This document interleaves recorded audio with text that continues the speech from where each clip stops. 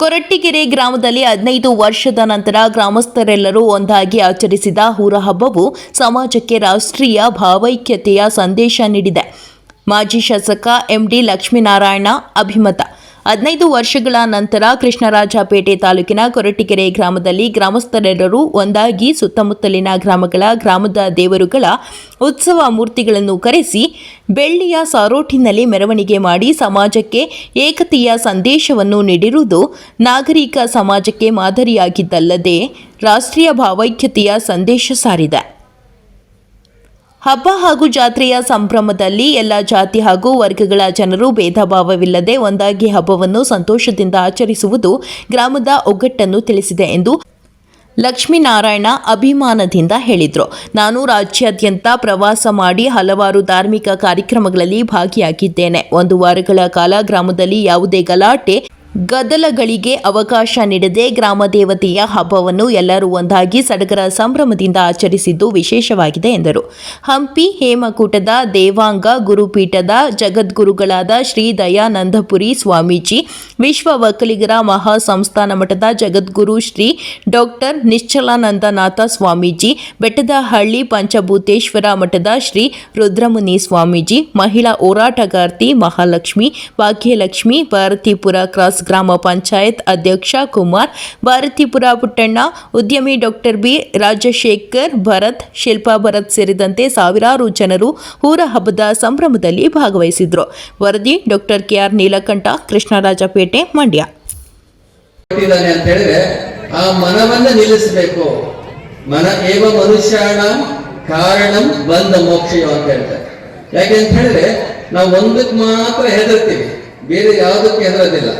ಎಂತ ನೀವು PhD ಆಗಿರ್ತಕ್ಕಂಥರಾಗಿರ್ಬೋದು, doctor ಆಗಿರ್ಬೋದು, ವೈದ್ಯರಾಗಿ ನಾವು ಹೋದಂತ ಸಂದರ್ಭಗಳಿಗೆ, ಪೇಷಂಟ್ ಆದಂತ ಸಂದರ್ಭಗಳಿಗೆ ಅವ್ರು ಹೇಳ್ತಾರೆ, ಇವತ್ತು ಹಾರ್ಟ್ ಆಪರೇಷನ್ ಇದೆ, ಎಲ್ಲ ದೇವ್ರು ನೆನ್ಸ್ಕೊಳಪ್ಪ, ನಿನ್ನ ಮನೆ ದೇವ್ರು ಯಾವ್ದು ಅಂತ ಕೇಳ್ತಾರೆ. ಇವ್ರು ಡಬಡಮ ಅಂತ ಇರ್ತೈತಲ್ಲ, ಯಾರು ನೆನ್ಸ್ಕೊಳ್ಬೇಕು? ಫಸ್ಟಿಗೆ ಹೇಳ್ತಾರೆ ಗಣಪತಿ ಒಳ್ಳೇದು, ಗಣಪತಿ ನೆನೆಸ್ಕೊಳ್ತೀವಿ.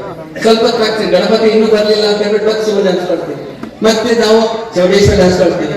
ಹೀಗೆ ಎಷ್ಟು ಸೆಕೆಂಡ್ಗಳಿಗೆ ಮನಸ್ಸು ಪರಿವರ್ತನೆ ಆಗ್ತಾ ಇದೆಯಲ್ಲ, ಆ ಪರಿವರ್ತನೆಯನ್ನು ಆಗಬಾರ್ದು ಅನ್ನುವಂಥದ್ರಿಂದ ನಮ್ಮ ಹಿರಿಯರು ಋಷಿಮುನಿಗಳು ಮನುಷ್ಯನಿಗೆ ಇಷ್ಟು ಕೊಡದೇ ಇದ್ರು ಸಹ ದಾರಿ ಹೋಗಂತ ಸೆಕೆಂಡ್ ಕೊಡ್ತೈತೆ. ನಾಳೆ ನಮ್ಮ ಮನೆ ಗೃಹಪ್ರವೇಶ ಬಾ, ನಾಳೆ ನಮ್ಮ ಮನೆ ಮದುವೆಗೆ ಬಾ ಅಂತ ಹೇಳಿದಾಗ ಆ ಆತ್ಮೀಯತೆಯಿಂದ ಕರಿತೀವಲ್ಲ, ಅದು ಇನ್ವಿಟೇಷನ್ ಕೊಡ್ಬೇಕಾಗಿಲ್ಲ. ನಾವು ಖಂಡಿತವಾಗಿ ಅವ್ರ ಹತ್ರ ಹೋಗ್ತೀವಿ.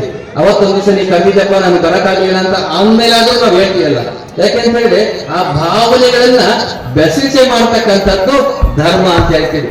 ಹಾಗಾಗಿ ಈ ಧರ್ಮೋ ರಕ್ಷತಿ ರಕ್ಷಿತ, ಧರ್ಮವನ್ನು ಎಷ್ಟು ನಾವು ರಕ್ಷಣೆ ಮಾಡ್ತೀವೋ ನಮ್ಮ ಸಂಸ್ಕೃತಿ ಉಳಿಯುತ್ತೆ, ನಮ್ಮ ಸಂಸ್ಕಾರಗಳು ಬೆಳೀತಾವೆ, ನಮ್ಮಲ್ಲಿ ಆನಂದವನ್ನು ಕಾಣಲಿಕ್ಕೆ ಅನುಕೂಲ ಆಗುತ್ತೆ. ಇವತ್ತು ನಾಳೆ ಬೆಳಿಗ್ಗೆ ಎಲ್ಲ ಇಡೀ ಊರಿಗೆ ಪ್ರಮಾಣಗಳಲ್ಲಿ ಮುಂದಿನ ನಮ್ಮ ಯುವ ಬಂಧುಗಳಿಗೆ, ಮಕ್ಕಳಿಗೆ ಆಶೀರ್ವಾದ ಮಾಡಿ ಎಲ್ಲರನ್ನೂ ಕೂಡ ಉನ್ನತ ಹುದ್ದೆಗೆ ಏರಿಸಬೇಕಂತಕ್ಕಂಥ ಮಾತನ್ನ ಈ ಸಂದರ್ಭ ಮೂಲೆ ಇಲ್ಲ. ಯಾಕಂದ್ರೆ ಎಲ್ಲ ಪರಮ ಪೂಜ್ಯರು ಕೂಡ ಮತ್ತು ಇನ್ನು ಅನೇಕ ಹಿರಿಯರು ವ್ಯಕ್ತಿ ನಿಲ್ತಕ್ಕಂಥ ಅನೇಕ ದೂರದಿಂದ ಬಂದಿರ್ತಕ್ಕಂಥ ನಮ್ಮ ಮಲ್ಲಿಕಾರ್ಜುನ್ ಕೂಡ ಬಂದಿದ್ದಾರೆ. ಅವರು ಕೂಡ ಮಾತಾಡಬೇಕಾಗುತ್ತೆ. ಉದ್ದೇಶ್ ನಮ್ಮ ರಾಜರು ಮಾತಾಡಬೇಕಾಗುತ್ತೆ. ಎಲ್ಲರೂ ಕೂಡ ಇನ್ನೂ ಅನೇಕ ಜನ ನಮ್ಮ ಅಧ್ಯಕ್ಷರು ಕೂತಿದ್ದಾರೆ.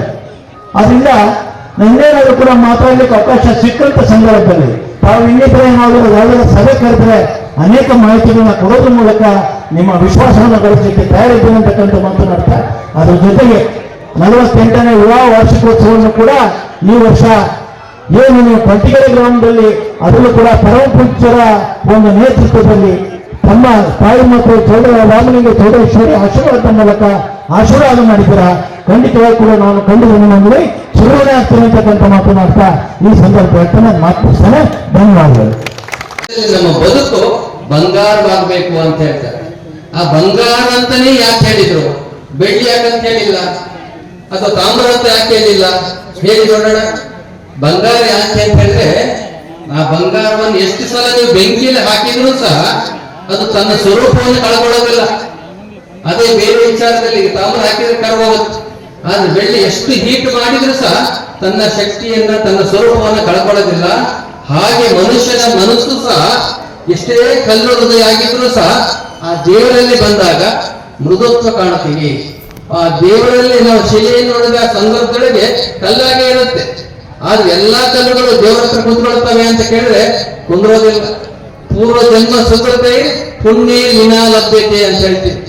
ಪೂರ್ವ ಜನ್ಮದ ಸುಕೃತ ಹೇಗಿರುತ್ತೆ? ಪೂರ್ವ ಜನ್ಮದಲ್ಲಿ ನಮ್ಗೆ ಏನಾದ್ರೂ ಸಾಕಿದ್ರೆ ಮಾತ್ರ ಈ ಜನ್ಮದಲ್ಲಿ ನಾವು ಒಳ್ಳೆಯರಾಗಿ ಬಿಡ್ತೀವಿ. ನಮ್ಮ ಬದುಕಿನಲ್ಲಿ ನಾವು ಹೇಳ್ತೀವಿ ಎಷ್ಟೋ ಕಷ್ಟ ಬರ್ತವೆ, ಕಷ್ಟ ಮತ್ತು ಸುಖ ಏನ್ ಮಾಡಿದ್ರೆ ಜನಗಳಿಗೆ ಅಂತಕ್ಕಂಥ ಒಂದು ವಾತಾವರಣ ಏನಾದ್ರು ಇದ್ರೆ ಅದು ಪರಪೂಜ್ಯರ ಸಾಕ್ಷಿ ಅಂತಕ್ಕಂಥ ಮಾತ್ರ ಹೇಳಲಿಕ್ಕೆ ಇಷ್ಟಪಡ್ತೇನೆ. ಯಾವತ್ತೂ ಅಷ್ಟೇ. ಈಗ ಉದಾಹರಣೆಗೆ ನಾವು ಹೇಳ್ತಾ ಇದ್ರು 48 ವರ್ಷದ ದಂಪತಿಗಳು ಇಲ್ಲಿ ಬಂದು ಚೌಡೇಶ್ವರಿ ದೇವಸ್ಥಾನಕ್ಕೆ ಆಶೀರ್ವಾದ ಅಂತ ಹೇಳಿ ನನ್ನ ಕ್ಷೇತ್ರದ ಸುಮಾರು 10,000 ಜನ ಸೇರಿದೆ. ಬೆಳಗ್ಗಿಂದಲೂ ಕೂಡ ಇವತ್ತು 10,000 ಜನ ಸೇರಿದರೆ ನೀವು ಇರಲೇಬೇಕು ಅಂತೇಳಿ ಅಂತ ನಾನು ಹೇಳಿದೆ. ಕೊಟ್ಟಿಗೆರೆ ಗ್ರಾಮಸ್ಥರಿಗೆ ನಾನು ಮಾತು ಕೊಟ್ಟಿದ್ದೇನೆ, ನನ್ನ 48ನೇ ವಾರ್ಷಿಕೋತ್ಸವ ನೀವು ಮಾಡ್ಕೊಳ್ಳಿ, ನಾನು ಆ ದೇವಿಯ ದರ್ಶನ ಮಾಡಿ ಈ ಕಾರ್ಯಕ್ರಮದಲ್ಲಿ ಪಾಲ್ಗೊಳ್ಳಬೇಕು ಅಂತಕ್ಕಂಥದ್ದನ್ನ ಹೇಳ್ತಾ ಇದ್ದೇನೆ. ಆ ಸಮಸ್ತ ದಂಪತಿಗಳ ಜೊತೆಯಲ್ಲಿ ನನ್ನ ಶ್ರೀಮತಿ ಭಾಗ್ಯಲಕ್ಷ್ಮಿ ಅವರು ಕೂಡ ಜೊತೆಯಲ್ಲಿ ತಾಯಿ ಮಾತ್ರ ಆಶೀರ್ವಾದವನ್ನು ತೆಗೆದುಕೊಳ್ಬೇಕು. ಕೊಟ್ಟಿಗೆರೆ ಗ್ರಾಮದಲ್ಲಿ ಇರತಕ್ಕಂತಹ ಧಾರ್ಮಿಕ ಕಾರ್ಯಕ್ರಮದಲ್ಲಿ ನಾನು ಭಾಗಬೇಕು ಅಂತಕ್ಕಂಥ ಮಾತನ್ನ ನಮ್ಮ ಜನರಿಗೆಲ್ಲ ಕೈ ಮುಗಿದು ಹೇಳಿ ಅವರು ಕೂಡ ಇಲ್ಲಿ ಆಗಮಿಸಿರ್ತಕ್ಕಂಥದ್ದು ಒಂದು ವಿಶೇಷ ಅಂತಕ್ಕಂಥ ಮಾತನ್ನ ಹೇಳಲಿಕ್ಕೆ ಇಷ್ಟಪಡ್ತೀನಿ. ಏನ್ ಕೇಳ್ತೀವಿ? ಎರಡೇ ಕೇಳ್ತೀವಿ, ನನ್ನ ಮನೆ ಚೆನ್ನಾಗಿರ್ಬೇಕು, ನಮ್ಮ ಊರು ಚೆನ್ನಾಗಿರ್ಬೇಕು, ಅಷ್ಟೇ ಕೇಳ್ತೀವಲ್ಲ.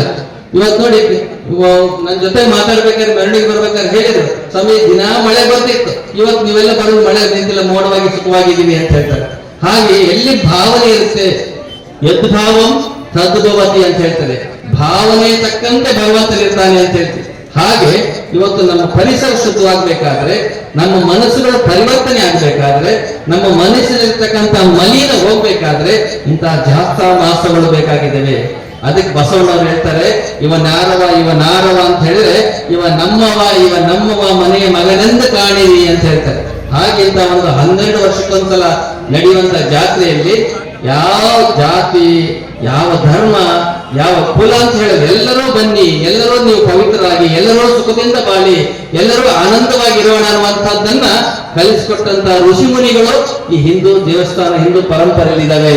ಹಾಗಾಗಿ ನಾವೆಲ್ಲ ಹಿಂದೂಗಳು ಯಾವುದೇ ನಮ್ಮ ಮನೆಯಲ್ಲಿ ಸಹ ಒಂದು ವಿಶೇಷ ನಾವೆಲ್ಲರೂ ಕೂಡ ಬದುಕಿನಲ್ಲಿ ಬಾಳಿನಲ್ಲಿ ಆಗ್ತಕ್ಕಂಥ ವಾತಾವರಣದಲ್ಲಿ ಹೃದಯ ಶ್ರೀಮಂತಿಕೆ ಬದುಕನ್ನು ಬಾಳಬೇಕೆ ಹೊರತು ಅಸೂಯೆ ಮತ್ಸರ ಯಾವುದೇ ಕಾರಣಕ್ಕೂ ಕೂಡ ಬಾರದು. ಬಂದ್ರೆ ಇತ್ತೀಚಿನ ದಿನಗಳಲ್ಲಿ ನಾನು ನೋಡ್ತಾ ಇದ್ದೇನೆ, ಮಾತಿಗೂ ಜಗಳ, ಮಾತಿಗೂ ಮತ್ಸರ, ವೈರತ್ವ. ದಯಮಾಡಿ ನಾನು ಪ್ರಾರ್ಥನೆ ಮಾಡ್ತೇನೆ, ನಮ್ಮಲ್ಲಿರ್ತಕ್ಕಂಥ ಯುವಕರಿಗೆ ಪುಟಾಣಿ ಮಕ್ಕಳಿಗೆ ನಾವು ಬೋಧನೆ ಮಾಡಬೇಕಾಗಿರ್ತಕ್ಕಂಥದ್ದು. ನಾವೇನಾದ್ರೂ ಕೂಡ ಮುಂದಿನ ದಿನಮಾನಗಳಲ್ಲಿ ಬಾಳ್ಬೇಕಾದ್ರೆ ಖಂಡಿತವಾಗಿ ಕೂಡ ಪ್ರೀತಿ ವಿಶ್ವಾಸದಿಂದ ನಾನು ಅದಕ್ಕೋಸ್ಕರ ನನ್ನ ವಾಟ್ಸಾಪ್ನಲ್ಲಿ ಪ್ರತಿದಿನ 4 ಆಧ್ಯಾತ್ಮಿಕ ಚಿಂತನೆ ವಿಚಾರಗಳನ್ನು ಮಾತ್ರ ಹಾಕ್ತೇನೆ, ಬೇರೆಯನ್ನು ಹಾಕೋದಿಲ್ಲ. ಅದರ ಜೀವನದಲ್ಲಿ ಯಾವ ರೀತಿ ಅಳವಡಿಸ್ಕೋಬೇಕು ಅಂತಕ್ಕಂಥದ್ದು ಪ್ರತಿದಿನ ಸುಮಾರು 6 ರಿಂದ 7 ಲಕ್ಷ ಜನರಿಗೆ ಆ ಮಾಹಿತಿ ತಲುಪುತ್ತೆ.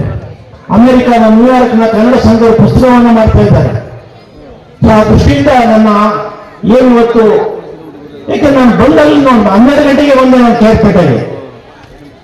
ನನ್ನ ರಾಜಣ್ಣ ಎಲ್ಲ ಪರಮಾತ್ಮ ಪೂಜ್ಯರ ಜೊತೆನಲ್ಲೂ ಕೂಡ ನಾವು ಹೋಗ್ಬೇಕು ಅಂತೇಳಿ ಅಂತ ಆಯ್ತು ಅಂತೇಳಿ ಅಂತ ಹಿರಿಯರಿಗೆ ಗೌರವ ಕೊಡುವ ಮೂಲಕ ನಾವು ಪರಮ ಪೂಜ್ಯರ ಜೊತೆ ಬಂದಂತ ಸಂದರ್ಭದಲ್ಲಿ ಅಭೂತಪೂರ್ವಕವಾಗಿರ್ತಕ್ಕಂಥ ನಿಮ್ಮ ಮೆರವಣಿಗೆ, ಆ ನೂತನವಾಗಿ ದೇವಸ್ಥಾನ ನಿರ್ಮಾಣ ಮಾಡತಕ್ಕಂಥದ್ದು ಪರಮ ಪೂಜ್ಯರು ಕೂಡ ಹೇಳಿ ಈ ದೇವಸ್ಥಾನ ಮುಂದಿನ ದಿನಮಾನಗಳಲ್ಲಿ ಯಾವ ರೀತಿ ಬೆಳೆದಂತಕ್ಕಂಥದ್ದನ್ನ ಅದೆಲ್ಲವೂ ಕೂಡ ನೋಡ್ಕೊಂಡು ಬಂದಾಗ ಸಾಲು ಇಡೀ ರಾಜ್ಯದ ಮೂಲೆಗಳಿಂದ ಬಂದಿರತಕ್ಕಂಥ ಬಂಧುಗಳು ಎಲ್ಲರೂ ಸೇರಿ ಮೆರವಣಿಗೆಯಲ್ಲಿ ಪಾಲ್ಗೊಂಡು ಅದ್ಭುತವಾಗಿರ್ತಕ್ಕಂಥ ಕಾರ್ಯಕ್ರಮವನ್ನು, ಅದನ್ನು ವಿಶೇಷವಾಗಿ ಯುವಕರ ಪಡೆ ಬೆಂಗಳೂರಿನಲ್ಲೂ ಕೂಡ ಅನೇಕ ಯುವಕರು ಈ ಕಾರ್ಯಕ್ರಮಕ್ಕೆ